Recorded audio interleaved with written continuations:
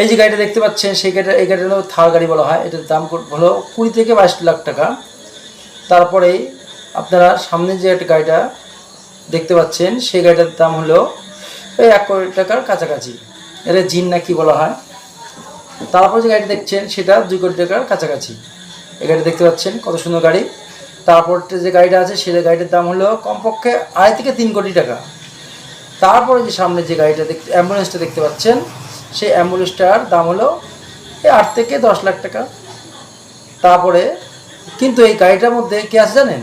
এই যে এতগুলো গাড়ি দেখলেন দামি দামি গাড়ি, সেই গাড়ির মালিক সে মারা গেছে, তাকে নিয়ে যাচ্ছে এই অ্যাম্বুলেন্সে করে। আপনার যতই সম্পত্তি থাকুক না কেন আপনার যেতে হবে সেই, আপনার মনের ইচ্ছা কিছু করা যাবে না, সেই আপনার অ্যাম্বুলেন্সে হোক আর কাঠের খাটিয়ায় হোক সেতে করে আপনার যেতে হবে। অতএব আপনার যে সম্পত্তি নিয়ে বড়াই করছেন, আপনার সম্পত্তি এত তৈরি করছেন, জমি রাখছেন, কোনো লাভ নেই। সব কিছু যাবে আপনার পিছনে পিছনে, কিন্তু সঙ্গে যাবে না কিছুই।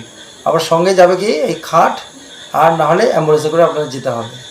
এই জন্য সম্পত্তি বড়াই করার কোনো কারো প্রয়োজন নেই, মরলে সব শেষ, কোনো কিছুই সঙ্গে যাবে না।